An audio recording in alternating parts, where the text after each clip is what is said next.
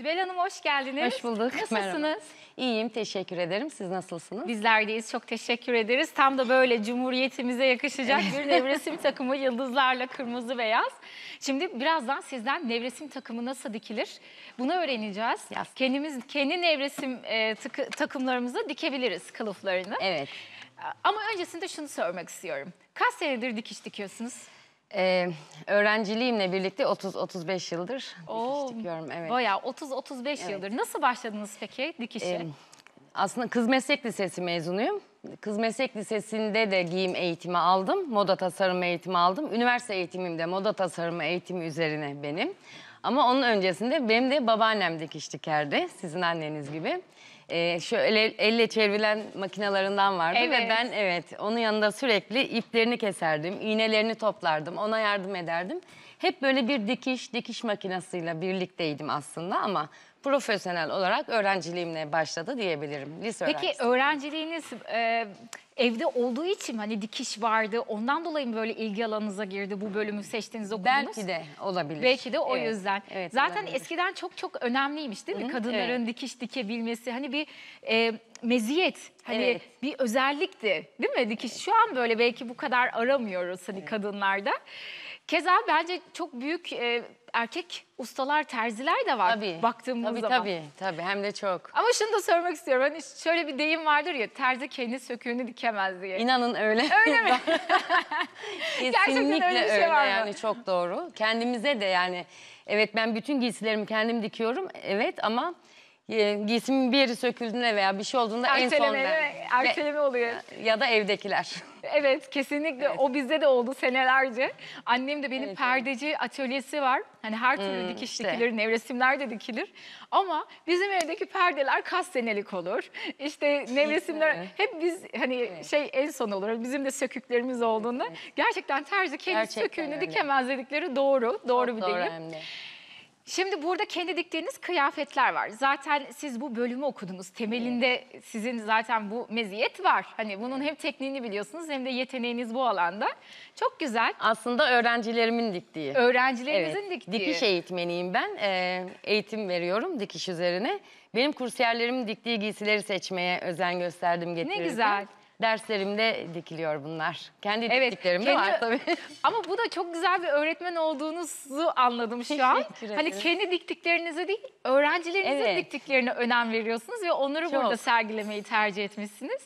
Çok kıymetli bir öğretmensiniz aynı zamanda anladığımız kadarıyla. Sağ olun. Şimdi bugün bize nevresim yastık kılıfını dikeceğiz. Küstüm yastık deniyor günümüzde.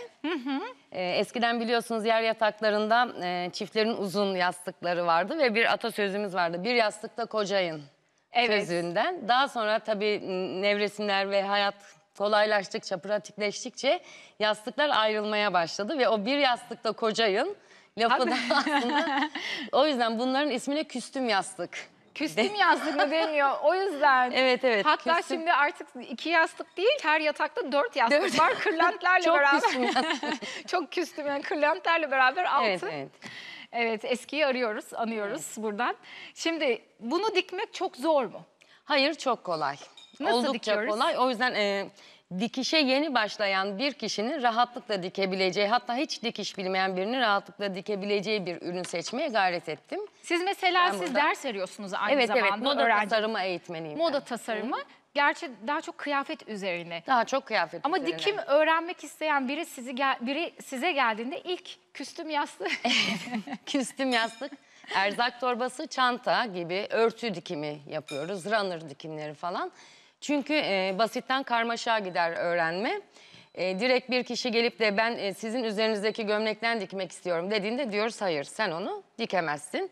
İşte bu yemek pişirmek de öyledir. Her şey öyledir. Gitgide basitten karmaşa ve ustalığa doğru gider. Evet. Benim dikiş eğitimlerimde aynı zamanda öğrencilerim hiç dikiş bilmeden kursuma geliyorlar ve daha sonra istedikleri her şeyi dikerek gidiyorlar. Ne güzel. Hayalindeki kıyafeti, hayalindeki nevresimi, küstüm yastığını dikebiliyoruz. Şimdi bu yastıkların standart ölçüleri oluyor. Dışarıdan alıyoruz. O ölçüleri mesela tam o ölçüde mi yapmak gerekiyor? Öncelikle kalıp çıkartıyoruz değil mi? Nasıl? Evet. Şöyle ben anlatayım. Biraz büyük olması gerekiyor değil mi? Bitmiş ölçümüz 50'ye 70'tir ama artık günümüzde yastıklar daha böyle pofuduk, daha büyük de olabiliyor. 52'ye 72, 53'e 73 gibi de olabilir. Ama biz bu gördüğünüz yastığı şöyle bir dikdörtgen parçadan dikiyoruz aslında. Bunun ölçüleri ise 165 santime 55 santim. Yani kısa kenarı 55 santim olacak, uzun kenarı 165 santim olacak. Bir yandan dikelim isterseniz, bir yandan Dikelim, sohbet dikiş payı da edelim. olması gerekiyor. Dikiş payı içinde kesiyoruz. Şöyle bir dikdörtgen parçamız olduktan sonra kumaşımızı seçerken mutlaka pamuklu, organik, sağlığa zararlı olmayan, Başımızı koyuyoruz. sentetik olmayan kumaşlar seçmemiz gerekiyor. Uyku sağlığımız ve uyku düzenimiz açısından aynı zamanda. Şöyle bir dikdörtgen parçanın şimdi birazdan o yastığa nasıl dönüştüğünü Göreceğiz. hem sohbet edelim, evet, hem de Şimdi pamuklu konuşalım. seçtik. Evet. Pamuk saten de son zamanlarda çok trend evet, değil mi? saç sağlığı Kumaş. açısından özellikle. Onu tavsiye eder Evet, misiniz? evet, ben de Hem de tavsiye görüntüsü ediyorum. de çok güzel Evet, değil mi? Yatakta pamuk zaten. hissiyatı da güzel. İpex, evet, evet. Şimdi her iki kısa kenarını 1 santimden şöyle ütüleyerek veya iğneleyerek iki kenarını temizliyoruz. Acemiler mutlaka burada cetvelle ölçü alsınlar. Ütüyü takabilirim isterseniz, yoksa gerek Evet, yok mu şu an? Şu an gerek yok. Ama ütüleyerek yaparsak, hani zaman kazanmak için ben burada biraz da Evet. ütüleyerek yaparsak çok daha güzel olur. Yaklaşık Terlemek olarak yarım santim içeri. Şimdi ben terlemeyeceğim ama yeni başlayanların mutlaka şu iğnelediğimiz yeri terlemeleri gerekiyor. Bir de dikiş terapi gibidir. Yani bunu böyle hemen yapayım bitsin, hemen olsun yerine böyle yavaş yavaş. Yavaş yavaş. İşte Günaydın Hayat programını açıp izlerken bir yandan da evlerinde rahatlıkla dikebilirler. Herkes dikiş dikebilir. Evet, bu arada ben bu kesinlikle. konuda Bu arada şu iddialıyım. uçlarını yapıyoruz. Evet, iki kenarını yapacağız. Aynen. Bunlar gözüktüğü için çok güzel bir şekilde dikilmesi gerekiyor Evet. dümdüz. O yüzden çok çok önemli. Bu şekilde iğnelemek gerekiyor ki tam düz güzel olsun değil mi? Evet. Şimdi benim gözüm artık çok alışkın olduğu için sıkıntı yaşamıyoruz ama normalde cetvelimizi alıp işte cetvelimizi koyup uçan kalemlerimizle işaretleyip çizgi taşlarımızla işaretleyip yapıyoruz. Kumaşa dikişte genelde biz kurşun kalem ve tükenmez kalem kullanılmasına karşıyız. Özel kumaşları çizen kalemlerimiz, sabunlarımız var. Onlar da ütünün ısısıyla ve suyla uçup gidiyorlar. Kumaşta iz bırakmıyorlar. Onları kullanıyoruz. Şimdi Evet, şurada uç Bir kısımları. 65, Biri evet. içeride, biri şöyle dışarıda olan yastığı. kısımlara düz Evet. dikiş yapacağız. Şunları gördük. Kılıf. Birazdan ütüyü Fermuarlı takabiliriz. olanlar da var ama onlar birazcık daha teferruat ister değil mi? Evet, ikinci yani ilk bunu diksinler, ikinci de fermuar diksinler. Belki onu da anlatırız bir gün. Dikiş makinelerinden, dikiş makineleriyle ilgili bilgi vermek istiyorum. En çok aldığım sorulardan biri, lütfen hocam bana bir dikiş makinesi önerir misiniz? Her dikiş makinesi aynı mantıkta çalışır. Markası, şeyi hiç önemli değil. Bütün dikiş makineleri aynı mantıkta çalışır. Ama ben dikişe yeni başlayanlara tek önerim ev tipi makinelerle başlamalarıdır.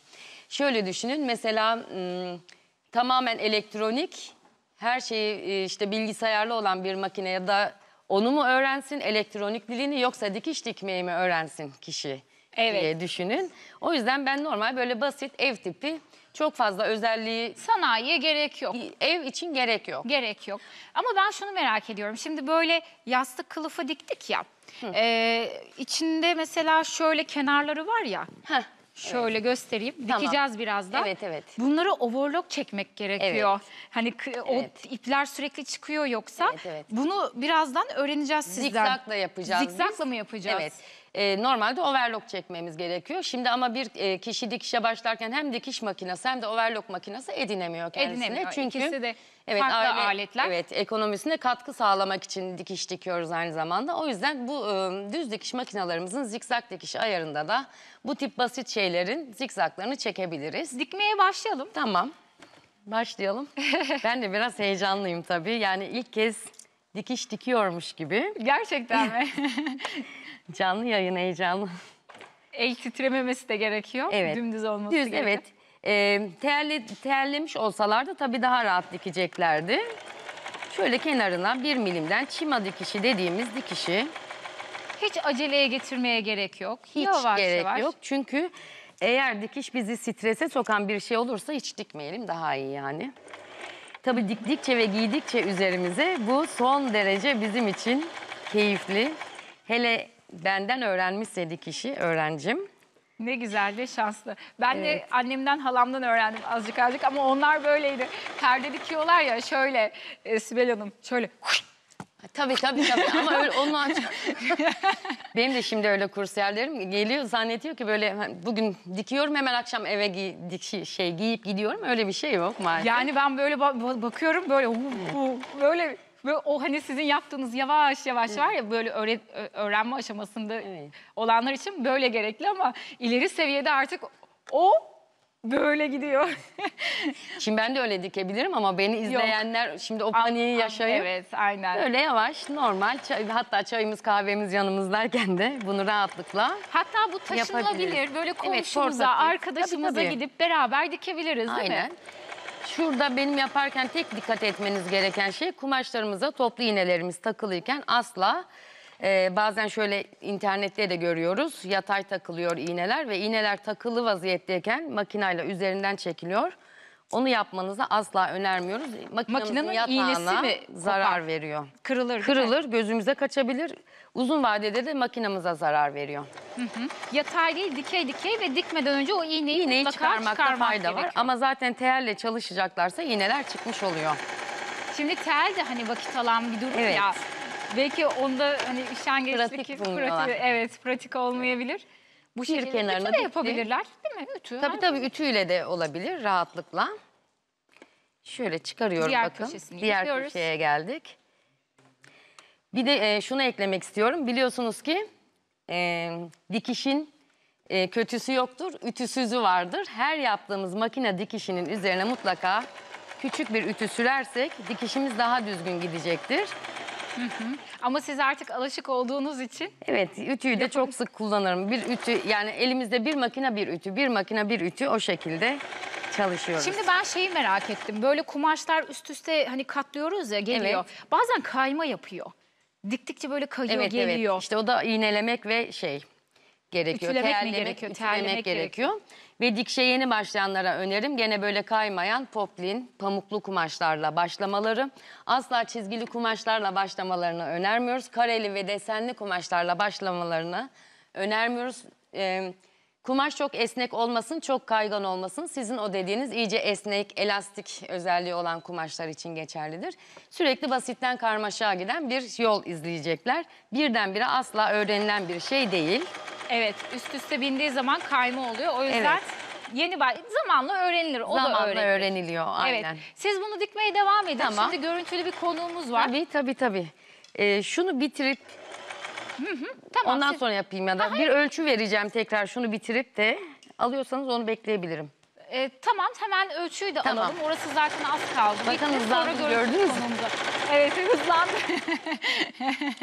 Hemen hızlanırım. Her koşulda değil mi? Evet. Ve sonda da böyle sağlamlaştırmak için git gel yapmak gerekiyor. Geriye almak gerekiyor.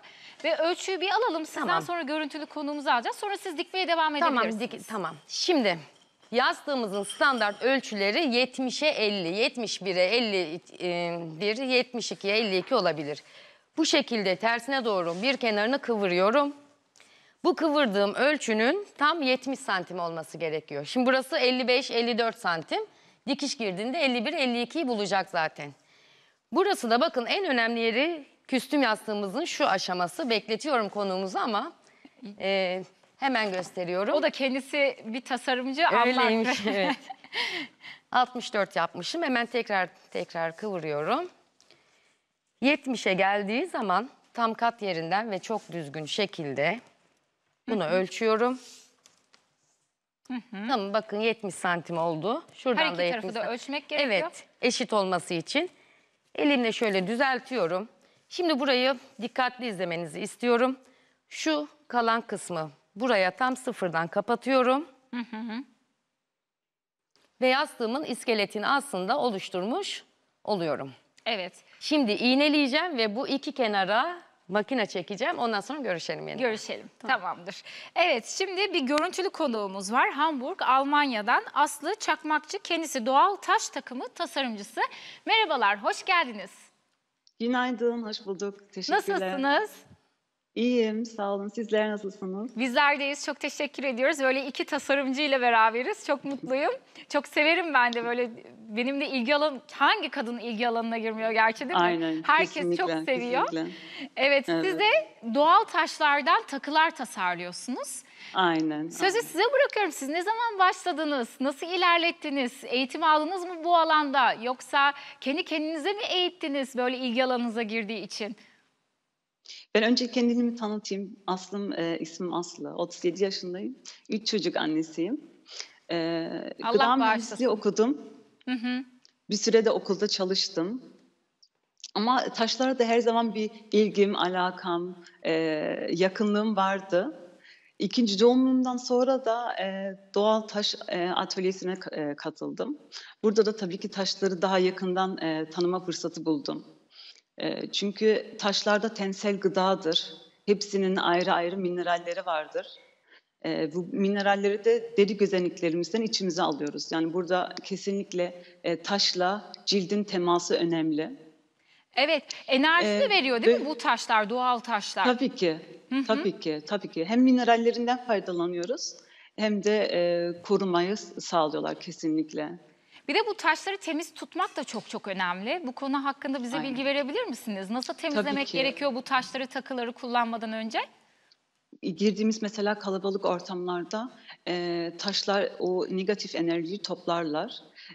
Bunları da tekrar vücudumuza vermemesi için ya topraklıyoruz taşlarımızı ya da sıklıkta suyun altında yıkıyoruz. Hele ki ay taşını mesela dolunayda şarj ediyoruz. Peki taşları seçerken neye dikkat ediyorsunuz? Ya da kişiye göre taşları tavsiye ediyor musunuz? Hani bu taşı Tabii kullanması ki. gerekiyor, bu ten renginin bu taşı kullanması gerekiyor gibi detaylar var mı? Doğal taşlar tabii ki doğal olmasına dikkat ediyorum. Yani boyanmış taşlar kesinlikle kullanmıyorum. Maalesef piyasada çok kullanılıyor boyanmış, sahte taşlar. Hele ki firuzenin çok genellikle sahtesini görüyoruz. Onlara dikkat ediyorum tabii ki. Ve şifalanmak açısından yuvarlak taşları kullanıyorum. Evet, takılar, şimdi siz kıyafette tasarlıyorsunuz ya, takılar da böyle bir hiç Giyim böyle aksesuarları, giyim dersimiz var, aksesuarları evet. var, Evet, sizin de evet. var değil mi? Aslında Tabii. giyim aksesuarı olduğu zaman takı takmaya gerek kalmıyor herhalde diye düşünüyorum. Çok fazla kaçabiliyor. Evet. Giysiye göre değişiyor aslında ama aksesuar aynı zamanda bir tamamlayıcı, bütünleyici ve çok önemli bizim açımızdan. Yani çok sade, çok basit bir elbiseyi küçücük bir taşla, küçücük bir kolye ucuyla falan çok şık hale getirebiliyoruz. O yüzden birbirinin bütünleyicisi aslında bu ikisi de. Kesinlikle aynı şekilde şimdi bu arada burada yastık kılıfı dikiyoruz Aslı Hanım. Çok aslında basit, hani yeni başlayanlar için güzel bir öneri olacak Sibel Hanım'dan. Böyle yastıklara da takılar takılıyor, öyle değil mi? Evet, takılıyor. Hatta eskiden şey vardı, böyle nakışlar, işlemeler yapılıyordu, danteller takılıyordu. Bunlar da takı diye adlandırabilir miyiz acaba? Hani süs veriyor ya orada. Tabii, dekoratif yastık Dekoratif diyoruz yastıklar. onlara daha çok. Dekoratif yastıklar, evet. Peki Almanya'da en çok kadınlar hangi taşları tercih ediyorlar?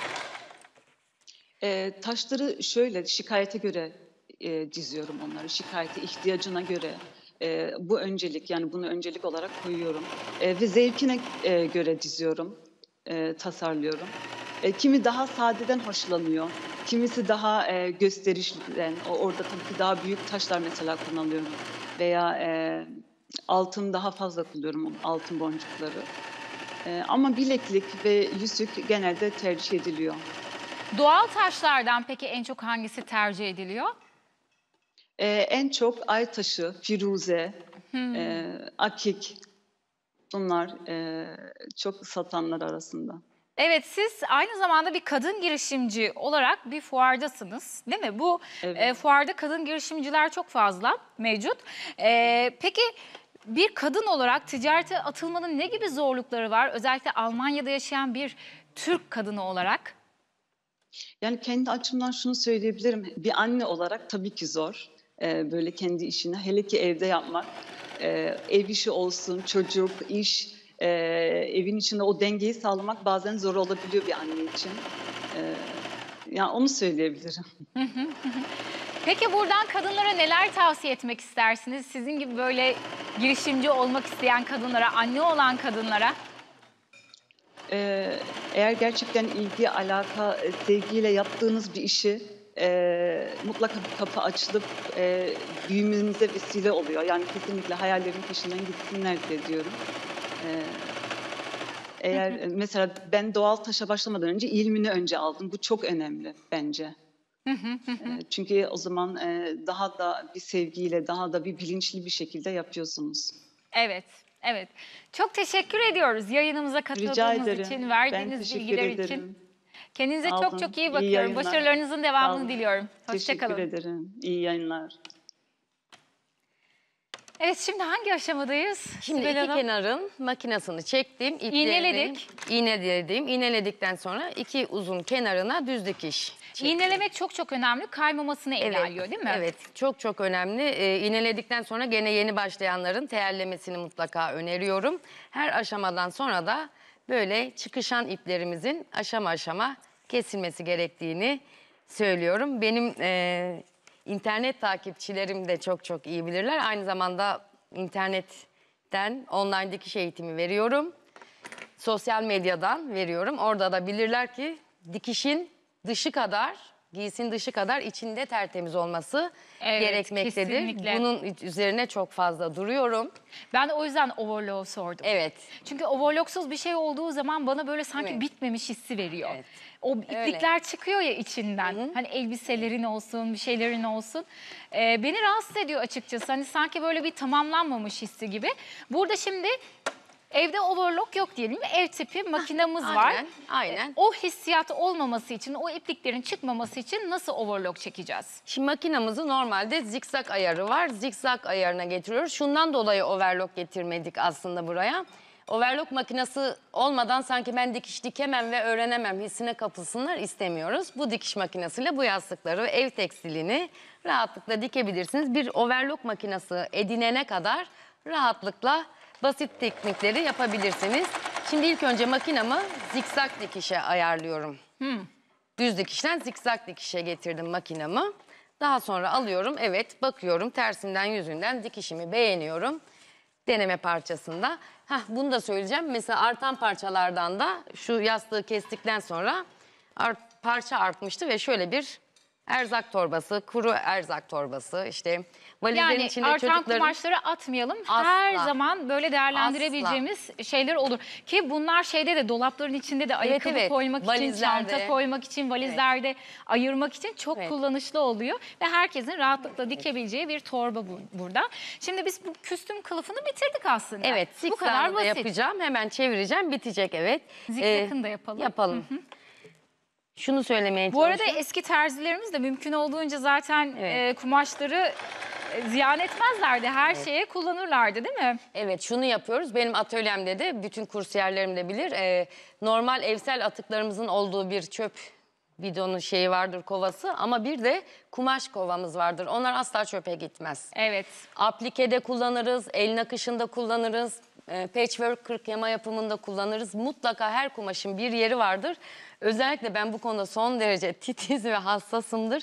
Çünkü aynı zamanda ekolojiyi ve dünyamızı korumak için de tekstil atıklarının en aza indirilmesi bizim insanlık görevimizdir de. O konuda da yani aman ne olacak şu kadar kumaş benim ne işime yarayacak değil. Hayır, çöpe gitmeyecek. Evet, o kesinlikle. çöp değildir asla. Evet. Hiçbir kumaş çöp değildir. Evet, şimdi zikzak yapıyoruz. Evet, evet. Zikzak Kenarını yaptıktan temizliyorum. sonra Yüzünü kılıfımız hazır. çevireceğiz, hazır. Evet. Bu kadar basit aslında. Bu overlock görevini annem bana veriyordu. Böyle fırfırlar dikiliyordu bir şeylerin kenarlarına. Yapardı belki de anneniz zamanında bunlar da yapmıyordu eskiden. Evet, bizde atölyede var makine. Evet. Ben böyle düz gidiyordum. Kesiyordu bir tarafını dikiyordu. Evet, evet. Daha iyi. küçüktüm Sanayi böyle. tipi miydi? Evet, sanayi tipi. Güzel. Sizin eliniz kırılmış o zaman, biz öyle deriz. Öyle İnsanın mi? eli küçükken kırılması gerekiyor bu işe aslında. Küçükken yapıyordum ki hatta Evet. kıyafet dikiyordum, giyiyordum. Kas hafızası var sizde öyleyse kesin. Tabii ki zikzamı da temizliyorum. Bunu ütüleyecek miyiz? Takayım mı? Yok, Ütünü? takmayalım. Gerek yok. Tamam. Ütülersek şöyle daha güzel gözükecek diyelim. Evet, ütülememiz gerekiyor nevresimleri. Her şeyi. Her Ve şeyi. mutlaka gene söylemeyi unutmayayım. Kumaşımızı kesmeden önce mutlaka yıkamamız gerekiyor. Çok az bir deterjanla ya ıslatıp suya çıkaracağız ya da makinamızın en kısa programına 10-15 dakikalık programlarında kumaşlarımızın yıkanması gerekiyor. Yumuşatıcı koymuyoruz. Yumuşatıcılar kumaş üzerindeki aprenin yok olmasına neden oluyor. O yüzden sadece o da kumaşın çekme payını yıkayarak gidermek için. Şimdi bir taraf kaldı sadece. Evet. Onu da zikzak yapıyoruz. Evet, evet. İplikler çıkmaması için. İplikleri de temizliyoruz. Sonra kılıfımız hazır. Evet, kılıfımız Küstüm hazır. yastığı. Küstüm Küstüm kılıf. kılıf. Mutfağımıza geçeceğiz. Tamam, hemen bitiyor. Şöyle bir Çevirelim. sonuç olmuş. O kadar basit aslında. Evde böyle varsa yeni arayışınız, yeni bir kılıf arayışınız. Hiç yeni satın almaya gerek yok. Makine edinmek istiyorsanız böyle kendi kılıflarımızı rahatlıkla hazırlayabiliriz. Dikenler bizimle de paylaşsınlar. Çok mutlu oluyoruz çünkü. Tersinden görüntüsü bu. Evet, mutlaka tersten dikmek Evet, gerekiyor. tersinden görüntüsü bu. Ölçümüz de bu. Biraz büyük olabilir, önemli değil. İlk dikmenizde bence büyük yapmanızı tavsiye ediyorum. Elimi geçiriyorum. Zamandan dolayı şu ipler Şöyle temizlenmedi. verin, hatta gösterelim. Tamam, şöyle çevirelim hemen. Yastığımızın nasıl bu hale geldiğini şuradan göstermek istiyorum. Evet. Böyle bu şekilde yastığımız. ütülersek çok tabii güzel ütülendiğinde bir şekil çok alır. daha güzel bir. Bu kadar kolay, bu kadar basit ve kısa sürede rahatlıkla küstüm yastığımızı dikebiliyoruz. Yapmış olduk. Evet. Ellerinize sağlık. Teşekkür ederim. Mutfağımıza geçelim mi? Tamam, geçelim. Buyurun. Tadımlarımızı yapacağız. Tulumba yapar mısınız evde hiç? Hayır. Yemek konusunda nasıl? İyi Çok misiniz? böyle yani, Yani şimdi böyle becerikli olan bir kadın evde yemek yapıyor mu diye soracağım da. evdekilere soralım. Terzi kendi söküyor. Kendi dikemez sözü geldi Aynen. aklıma.